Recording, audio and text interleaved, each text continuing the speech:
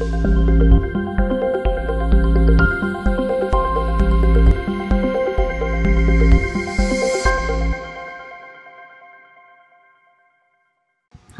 Mbak Puspa, selamat petang ya, selamat sore, atau selamat malam ini menjelang malam. Oke, Gimana apa kabarnya Mbak? kabar? Sementara baik. Ini saya agak deg-degan karena biasanya kan Mbak Puspa yang nanya-nanyain orang. Ini kok kemudian reporter Saya ditanyain juga sama deg-degan, mau ditanya-tanya. ya. Kita mau coba diskusi ya mengenai menelisik hoax atau fakta terkait COVID-19. Tapi sebelum kita membuka beberapa informasi, disinformasi yang terjadi, apakah itu hoax atau fakta, saya ingin coba juga kita coba diskusiin sih sebenarnya dari perspektif media kan. Mungkin COVID-19 banyak selama ini didiskusikan dari perspektif kesehatan dan dampak ekonominya, tapi jarang yang menelisik bagaimana sebenarnya peran-peran media, orang-orang media ini, para jurnalis dalam memberikan informasi, permasalahan ataupun problem-problem yang ditemukan dalam menjalani tugasnya. Eh, yang pertama mungkin kalau kita mau update hari ini tanggal 20 April ya Mbak ya. Sekarang ada penambahan 185, jadi sekitar Betul, 6.760 ya Mbak ya, total keseluruhan yang positif. 6.760. Yang sembuh Astungkare sekarang lebih tinggi daripada yang meninggal, Ya. 747, dan Ini salah satu harapan yang muncul ya, ketika yang sembuh udah lebih tinggi daripada yang meninggal. Berarti itu artinya mudah-mudahan sih kurvanya akan ya, semakin landai ya. yang meninggal Jadi ini bisa 590. betul. Ya, kalau kayak di awal seperti aku bilang, kalau kita menelisik kembali lah awal Februari lalu ketika ada pasien pertama yang dinyatakan COVID-19 itu kan benar-benar crowded banget, orang-orang pada sibuk, kemudian barang-barang habis, masker habis, hand sanitizer habis. Tetapi kalau dari media atau yang sempat viral juga beberapa itu, pertama masalah data pasien yang bocor sempat kan pada saat itu. Kemudian yang kedua ada dari salah satu stasiun TV swasta itu yang dia reporting sedang melakukan pekerjaan sebagai jurnalis menggunakan masker respirator yang sebenarnya digunakan untuk gas beracun itu. Nah, yang pengen saya tanya itu dalam dunia jurnalistik sebenarnya kok bisa itu sampai terjadi gitu loh. Sebenarnya kenapa kok bisa terjadi? Kok bisa sampai data bocor, kemudian kok bisa ada yang pakai masker yang seharusnya bukan masker untuk kesehatan gitu. Oke, mungkin aku bisa bilang bahwa itu adalah bukti bahwa kita tidak siap. Nah, corona ini adalah corona itu adalah virus yang memang ada ya. Coronavirus itu memang ada, itu menyebabkan sejumlah penyakit pernafasan. MERS disebabkan oleh corona juga, begitu juga SARS disebabkan oleh corona. Nah, yang terbaru virus corona ini menyebabkan penyakit COVID yang dinamai, kemudian makanya disebut waktu itu corona baru, new corona, kemudian disebutlah namanya adalah COVID-19, coronavirus disease gitu kan. Nah, karena ini adalah hal yang baru, mengagetkan saat itu, meskipun memang sudah terjadi. Kenapa dinamakan COVID-19 kan? Karena terjadinya di 2019 ya. Jadi meskipun 2019 terjadi di Wuhan waktu itu, tapi kita belum ngeh karena belum nyampe ke kita dan belum spreadingnya itu belum seluas ketika tapi masuk Pak Menkes dulu santai-santai aja kayaknya itu awalnya. Apakah tidak cukup spend 2 bulan nggak sih? Spend 2 bulan untuk preparing? Kenapa? Aturannya kan bukannya cukup ya 2 bulan untuk preparing, orang pada semua udah kena, Asia beberapa kena, kita masih santai, kemudian beneran satu positif, sampai pakai masker aja salah masker. Makanya aku bilang tadi itu adalah soal ketidaksiapan. Jadi saya karena ini hal yang baru, kita tidak siap. Kemudian ya kalau saya menilai pemerintah mungkin punya juga beberapa kebijakan untuk menenangkan, tidak menimbulkan kepanikan saat itu. Kita tahu juga kan waktu itu yang ada karantina yang dilakukan, bahkan sejumlah bahasa-bahasa diubah terkait dengan karantina itu. Jadi banyak kemudian pihak menyebut bahwa ini adalah bukti ketidaksiapan pemerintah, yang kalau pemerintah nggak siap ya otomatis akan berdampak kepada masyarakat tidak teredukasi dengan baik. Ya mungkin saat itu itulah yang terjadi, termasuk ketika data itu bocor. Ketika data itu bocor, ya itu menunjukkan bahwa pemerintah sampai ke level bawah itu kan tidak teredukasi dengan baik. Ketika pun media saat itu kita sangat minim ya mendapatkan informasi soal corona ini, penyebarannya seperti apa. Waktu itu kita sangat minim kan dapat informasinya. Nah itu salah satu hal dampaknya. Gitu. Kalau saya sih sepakat kalau dibilang pemerintah nggak siap, agak gelagapan sih ketika memang COVID-19 kan. Pertama kali datang ke Indonesia. Meskipun informasi yang saya dapat ya ini secara off the record saat itu, bahwa ketika virus itu sebenarnya sudah mulai masuk ke Asia, dalam artian mulai masuk ke Asia Tenggara ya, Singapura, kemudian apalagi Singapura dan Malaysia waktu itu, Menkes bersama dengan Menkp yang memang mengurusi perbatasan ya, itu sudah melakukan patroli ke port atau pelabuhan-pelabuhan kita begitu, pelabuhan, dan kemudian menutup sejumlah hal. Cuman memang waktu itu tidak dipublikasi ya, kan, itu adalah dari bagaimana kita melihat pemerintahnya. Nah, kalau yang pernah saya juga research sedikit melakukan, coba baca-baca juga. Sebenarnya kan dalam media pun, dalam platformnya media ini harus ada yang mungkin dibilang seperti jurnalisme kesehatan. Jadi dalam meliputan kegiatan aktivitas kesehatan atau menyampaikan informasi tentang kesehatan, bukannya kemudian ada proses screening, ada proses editing, kemudian ada nggak sih seharusnya tim pengarah, sehingga para jurnalis atau reporter pun bisa tahu yang ini boleh dipublis, kemudian ini adalah standar untuk meliput ketika meliput tentang kasus kesehatan, bukannya itu harus ada ya jurnalisme kesehatan. Iya. Betul, pasti ada proses itu ya di setiap media, dan setiap media punya kebijakan ketika misalnya mempertanyakan soal kenapa bisa masuk ke kamera padahal dia menggunakan masker yang seperti itu. Mohon maaf, saya tidak berani mengomentari kebijakan media lain ya. Lain. Saya tidak mengomentari kebijakan lain. Apa yang terjadi saat itu? Apakah mungkin nggak ada masker sampai satu-satunya masker yang dibekali itu, saya nggak tahu soal kebijakan itu ya. Tapi yang jelas waktu itu pun media sebenarnya agak simpang siur mendapatkan informasi terkait penyebaran virus corona ini seperti apa. Nah, kalau berdasarkan nama yang bocor itu waktu itu kan yang membocorkannya kepala daerah sendiri ya waktu itu, mempublikasi nama itu. Nah, ketika itu diterima dari seorang pengambil kebijakan, ya media akan mempublikasikannya begitu kan, media akan mempublikasikannya begitu. Nah, tapi kan setelah itu ada respon reaksi yang luar biasa dari masyarakat dan lain sebagainya, dan memang diminta untuk menutup sejumlah nama. Akhirnya kan kemudian pemerintah belajar, media pun tidak melakukan lagi. Oke, berarti sebenarnya kalau kita bicara standarisasinya di media pun juga harus proses screening itu. Cuman mungkin karena karena kegelagapan itu tadi. Kalau dari media apa yang muncul? Alurnya coba Mbak jelasin sih kalau terkait dengan peliputan ini. Kalau di media itu ketika kita melakukan proses peliputan, kita meliput, itu akan naik dulu ke koordinator liputan kita, naskah dan materi kita, ada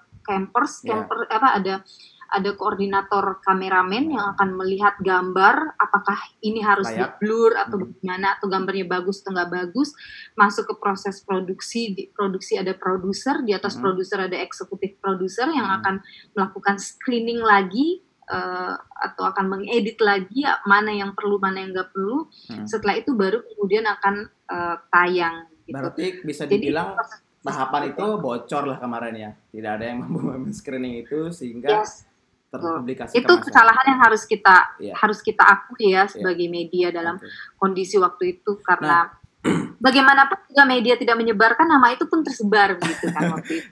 Hanya kesalahannya adalah kemudian memang harus diakui waktu itu semua media berada di satu tempat yang sama, dan semua media ingin mengejar keterkinian gitu. Betul. Nah, menyambung kalau bicara soal media menginginkan sesuatu yang paling kini lah. Kalau sekarang data terakhir yang saya baca 18 April 2020 kemarin dari Kominfo itu ada sekitar 554 hoax yang diproduksi dari 1.209 platform. Itu baik itu portal online, yang paling banyak dari media online, portal online, kemudian Facebook, YouTube, Twitter ataupun Instagram.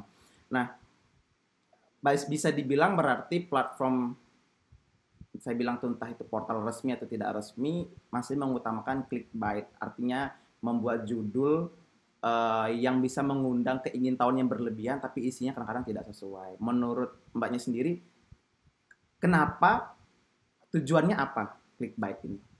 Gitu.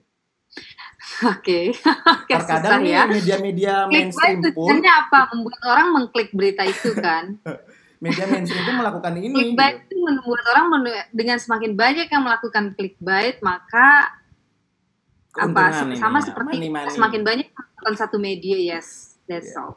Oke. Gitu. Dan kita bicara soal rating, kita bicara soal bagaimanapun media itu saat ini adalah industri. Saya juga ada baca waktu ini berita dari saya sebut aja Tribun News, kemudian ada juga dari suara.com, menyantumkan label langsung, karyawan BNI positif corona. Boleh emang ya menyantumkan nama perusahaan?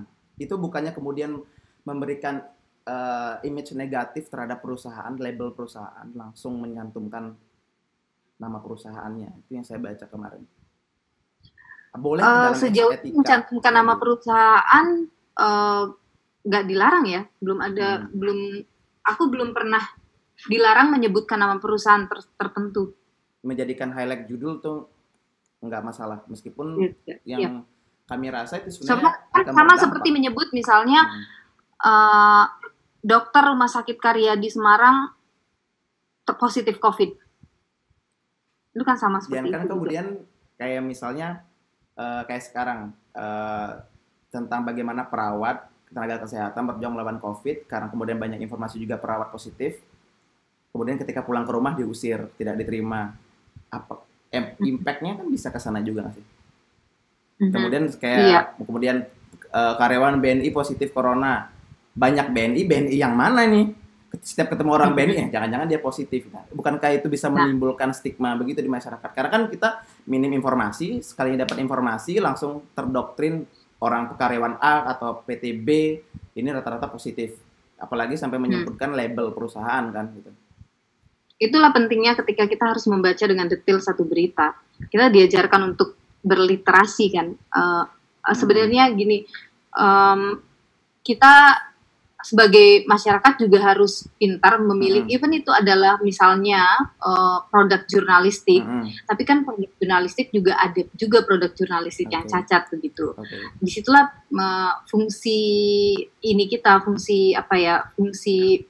filterisasi kita sebagai masyarakat, mau membaca dari media yang mana, media yang seperti apa, seperti itu. Kemudian kalau misalnya ada yang dirasa ini kritikan itu sangat diterima tentu oleh media ya. Jadi kalau misalnya ngerasa media ini tidak bagus, ya lebih baik tidak membaca melalui media itu lagi, tapi menggunakan media lain yang bisa dipercaya. Dan posisi kalau misalnya persoalan sih biasanya Mbak dalam kan sudah tahu nih kemudian banyak berita hoax terkait dengan COVID-19, kemudian apakah Dewan Pers juga ada mungkin dalam bahasa kita bilangnya briefing kah atau arahan bagaimana? Oh ada, selalu. Dalam kasus ini pun Dewan Pers selalu memberikan semacam warning gitu kepada media untuk mengingatkan kembali, even tidak hanya persoalan isi berita, tetapi protokol keamanan peliputan itu pun diingatkan begitu kepada media. Sebenarnya media ada kontrolnya juga, ada yang mengontrol media juga begitu. Tapi ya sekali lagi saya katakan bahwa filterisasi itu penting. Kadang ketika kita menyebutkan sesuatu itu adalah semacam mengingatkan masyarakat, mewarning masyarakat, membuat masyarakat berhati-hati begitu ketika kita menyebut misalnya tenaga kesehatan di salah satu rumah sakit yang terkena COVID. Sebenarnya yang ingin disampaikan adalah simpati. Ini kan empati masyarakat seperti itu. Ya, kita mungkin harus bisa belajar untuk melihat dari sisi mana kita mau melihat gitu. Kalau secara experience kan Mbak Puspa juga meliput di lapangan juga, di studio juga kan. Ketika meliput ke lapangan sebenarnya apa sih yang dirasakan sama teman-teman jurnalis ini ketika melakukan peliputan langsung ke lapangan? Apa yang dirasakan dengan COVID ini ya? Jujur banyak teman-teman dan termasuk saya juga ketika turun ke lapangan deg-degan juga. Nggak boleh pakai masker. Kapan gitu kan? Pakai masker nggak sih? Kapan tiba waktunya nih? Iya, deg-degan juga. Apalagi kita diharuskan menjauh dari keramaian, tapi kami mendatangi keramaian. Tapi kalau di Kompas TV kami selalu dibekali oleh protokol Kak. Oke. Kali turun ke lapangan, diberikan sanitizer, diberikan vitamin, diberikan sarung tangan, dan pendukung kesehatan lainnya itu kami selalu diberikan. Tapi kan kita tidak pernah tahu ya kapan datangnya begitu. Nah, jadi yang selalu juga diingatkan kepada kami adalah jaga kebersihan, seperti yang juga diingatkan ke semua masyarakat adalah jaga kebersihan. Sekali lagi ya sangat deg-degan. Kalau apa namanya? Penyakit nih, gue datang nih gitu. Kalau dari sampai saat ini, apakah ada dari rekan-rekan jurnalis juga sudah ada yang positif nggak? Mungkin karena dia melakukan peliputan. Rekan-rekan jurnalis, apakah sudah ada yang dinyatakan positif nggak hingga saat ini? Ada. Ada. Berapa orang? Saya tidak mau menyebutkan angkanya ya, tapi ada. Oh, sudah ada ya? Karena bertugas ya? Karena dia bertugas ke lapangan, kemudian positif. Saya tidak mendalami tracingnya seperti apa ya, tapi ada beberapa teman jurnalis yang positif. Mendalami tracing. Kita tidak kebal kok terhadap itu. Semuanya sama. Baik. Sekarang saya juga tidak menjadi salah satu orang yang berada di garda depan ya. Ya, teman-teman media dan juga tim kesehatan. Jadi tidak bisa diabaikan. Juga satu bagian yang berada di garda depan. Karena bagaimanapun kita yang di rumah aja, yang disuruh di rumah aja ini ya dimanfaatkan dari sosial media, dari platform portal online, dari TV, yang menunggu orang-orang media yang memberikan informasi. Gitu. Itulah, makanya saya katakan bahwa tolong bantu kami dengan menonton atau membaca berita yang bisa dari media-media yang terpercaya, media-media arus utama. Jadi kerja kami nggak sia-sia juga bertarung atau menghadapi COVID-19. Oke, itu tadi kita mendiskusikan masalah media. Tapi ngomong-ngomong gini, saya terus yang ditanya, saya yang nanya gimana? Kan latihan, kemudian bagaimana merasakan menanyakan orang lebih banyak kan gitu. Nah, kalau saya yang bertanya boleh nggak? Oh boleh. Jangan sulit-sulit, tapi jangan kayak yang di TV beneran. Enggak. Tapi gini, tadi kan kita ngomongin dari sisi media ya. Pemerintah itu kan punya selalu WHO juga selalu mengingatkan untuk tetap di rumah. Tapi tentu ada banyak, seperti yang tadi kita bahas, ada banyak hal yang perlu kita kritisi ya soal bagaimana pemerintah menangani COVID dan sebagainya. Kalau KMHDI mengambil perannya seperti apa? Baik itu dari sisi kritisi, mengedukasi gimana? Karena penting juga KMHDI adalah orang-orang yang orang-orang berpendidikan, literasinya bagus, begitu. Gimana ngambil peran di sini untuk memberi edukasi ke masyarakat? Yang pertama sih dari awal kita mengikuti COVID-19 ini, kalau kita dari sisi mengkritisi, pertama dari masalah kesiapan pemerintah sih, kesiapan pemerintah dalam menangani COVID-19 ini yang kami rasa sangat awalnya selain lambat juga meremehkan di awalnya. Sebenarnya kan COVID ini dimulai 2019 Desember akhir di Wuhan, kemudian mulai mengglobal Januari. Tetapi pemerintah masih, apalagi pada saat itu Bapak Menkes yang kemudian banyak statement-statementnya orang Indonesia kuat, tidak mungkin sampai kemudian bilang cukup minum jamu, cukup ini itu, dan kemudian adalah terjadi COVID kasus di Indonesia yang pertama kalinya membuat semuanya hectic, kemudian crowded. Nah ini memang saya sepakat sekali di awal dibilang pemerintah lamban. Dan yang kedua adalah masalah data. Data ini kita yang sangat kemudian bingung kemudian data mana yang mau kita ikuti. Pusat daerah kadang-kadang beda, pusat dengan dokter yang kerja di lapangan beda. Kan pemerintah nggak kerja di lapangan nih. Yang kerja di lapangan dokter, kemudian dokter bilangnya beda dengan pemerintah. Nah, artinya kan ada miskomunikasi antara pemerintah dengan dokter. Tidak hanya pemerintah dengan antar pemerintah aja, tapi pemerintah dengan penyelenggara di bawah seperti dokter. Kemudian masalah kasus PSBB di Jakarta. Ojol boleh bawa penumpang. Kemudian dari pusat bilang diperhitungkan akan boleh membawa penumpang. Sampai kemudian muncul, saya baca dari salah satu media, meme, bisa dibilang meme. Kemudian yang naik kan sering di headline di berita kan travel ojol tidak boleh membawa penumpang. Kemudian di meme-nya itu penumpang yang mengendarai motor dan membawa ojol. Jadi tidak bisa ditangkap. Nah, ini kan salah satu bentuk komunikasi yang lemah. Nah, ini yang kemudian pasti akan menjadi berdampak sangat besar lah kepada trust-nya masyarakat. Apa yang kalian lakukan untuk mengkritisi itu? Oke. Yang pertama, karena kita nggak boleh turun, kita pasti mengkampanyekannya melalui media. Terlebih juga beberapa kali kita memberikan statement juga di tengah COVID-19 ini, DPR masih juga kemudian membahas Omnibus Law.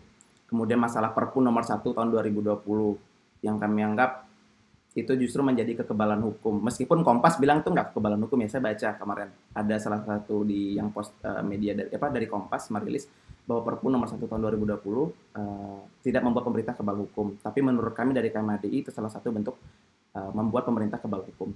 Terus yang kedua masalah menjadi seolah-olah COVID-19 ini masalah bagi masyarakat, tapi menjadi tameng bagi beberapa oknum pemerintah. Ada yang kirim surat ke camat. Kemudian masalah pembebasan napi. Kita di rumah aja, kenapa? Kita bukan takut sama COVID aja untuk nggak keluar rumah, takut sama begal. Karena kita permasalahan COVID ini di tengah krisis. Kemudian para napi dibebaskan. Beberapa hari yang lalu saya baca berita di Jakarta Utara, napi yang baru dibebaskan, kemudian sudah melakukan pencurian karena dia tidak punya rumah. Nah, jadi kita mungkin, makanya sebenarnya ini saya mau buat untuk closing statement nanti, Mbak. Kalau kalau kita bilang di India orang di rumah aja untuk mengawasinya, mereka mengirimkan polisi ke jalanan. Kalau di Rusia meskipun ini hoax ya, tapi joke-nya Putin mengirimkan singa atau macan di jalanan agar mereka tertib di rumah aja. Kalau Indonesia dilepasin itu begal-begal, napi-napi, biar semuanya di rumah aja. Nah, tapi kalian paham aturan pembebas asimilasi itu? Iya. Kami sempat baca itu, tapi pada realitasnya kemudian kan ini artinya tidak berjalan seperti apa yang kemudian diharapkan. Beberapa hari. Betul, tapi sebenarnya begini, nggak ada COVID, kalau orang-orang itu bebas, kalau dia memang ingin melakukannya, dia akan melakukannya lagi. Iya, tapi kan kemudian perlu dipertimbangkan juga aspek krisis yang terjadi akibat COVID-19 ini. Gitu. Itu menurut kami juga jadi perlu dipertimbangkan, apalagi ini mau menjelang Ramadan, di mana harga-harga bahan pokok akan naik. Kemudian krisis juga terjadi akibat COVID. Karena kebetulan saya juga dari kampung saya lumayan rawan begal, dan saya yakin ini akan menjadi rawan kembali karena krisis ini.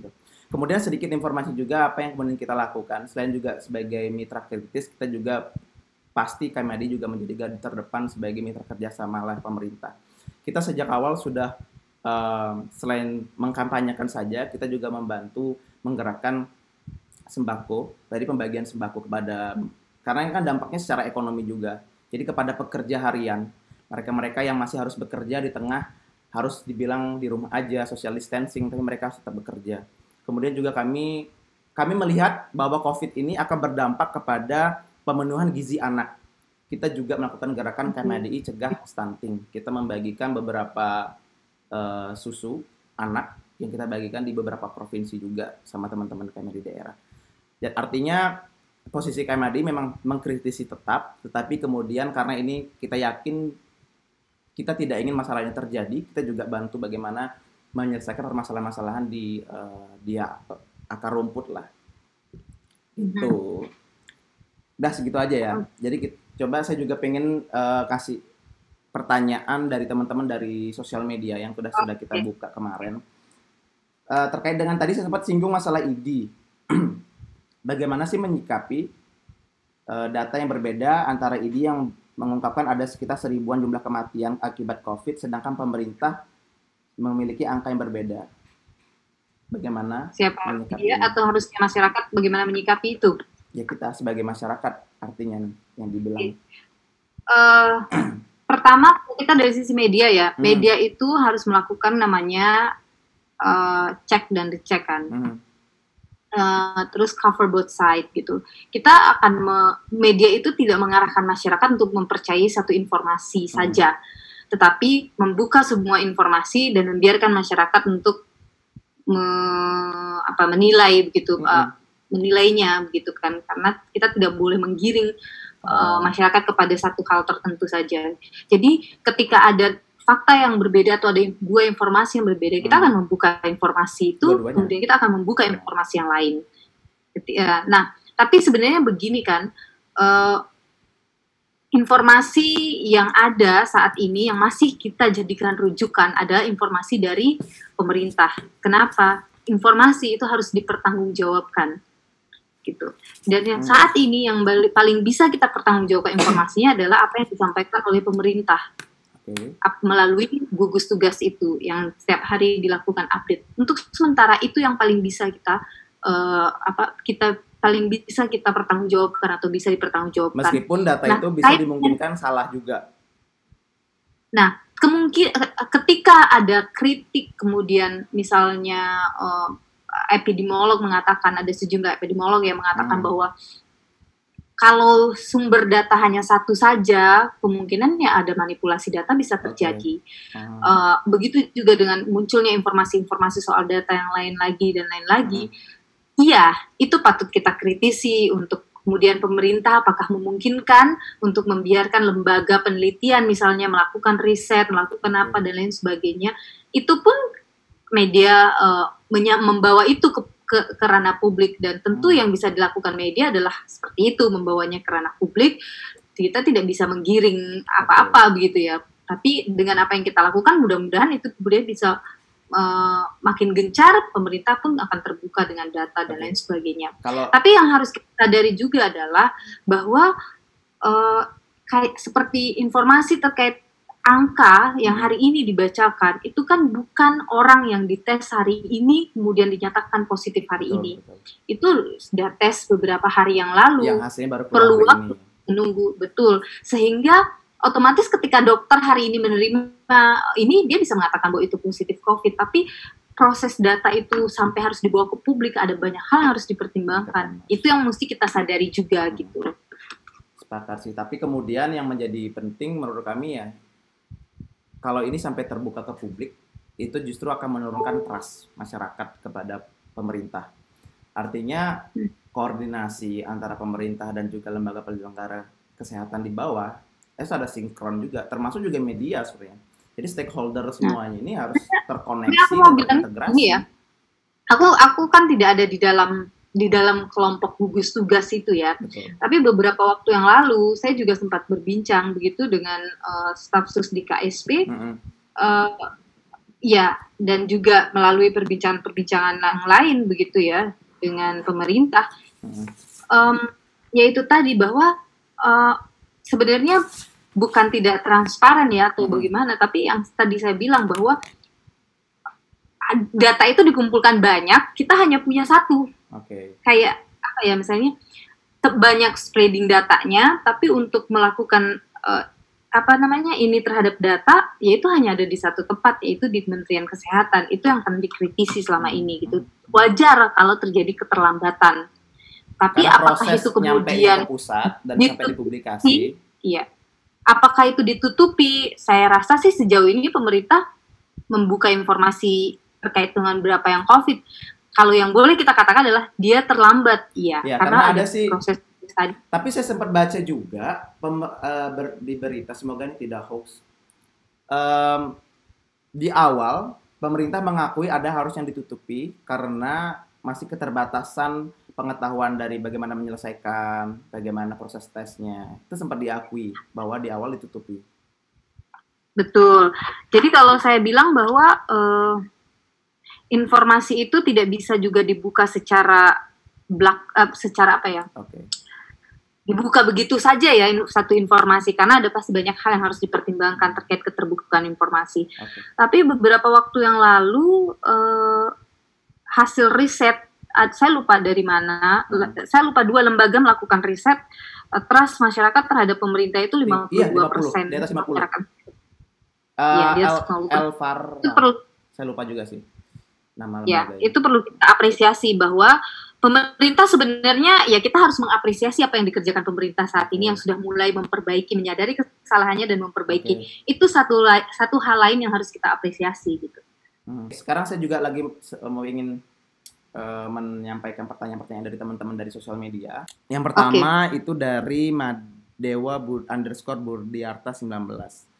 Kalau orang meninggal di Jakarta tapi rumahnya di Makassar, apakah benar jasadnya dikubur di Jakarta tanpa keluarga? Hoax. Yang saya tahu bahwa pemakaman terhadap mereka yang COVID-19 atau disuspekkan COVID-19 itu harus melalui protokol kesehatan yang artinya tidak boleh ada keluarga, sehingga pemakaman maka selalu tidak ada keluarga. Dari reskiani.ayu, merokok adalah salah satu solusi pencegahan COVID. Benar ya? Saya sejauh ini justru mendengar bahwa justru rokok itu akan memperparah orang yang COVID. Jadi bisa dibilang nih hoax. Kemudian yang ketiga, dari video NHK documentary, virus COVID-19 bisa hidup sampai 20 menit di udara.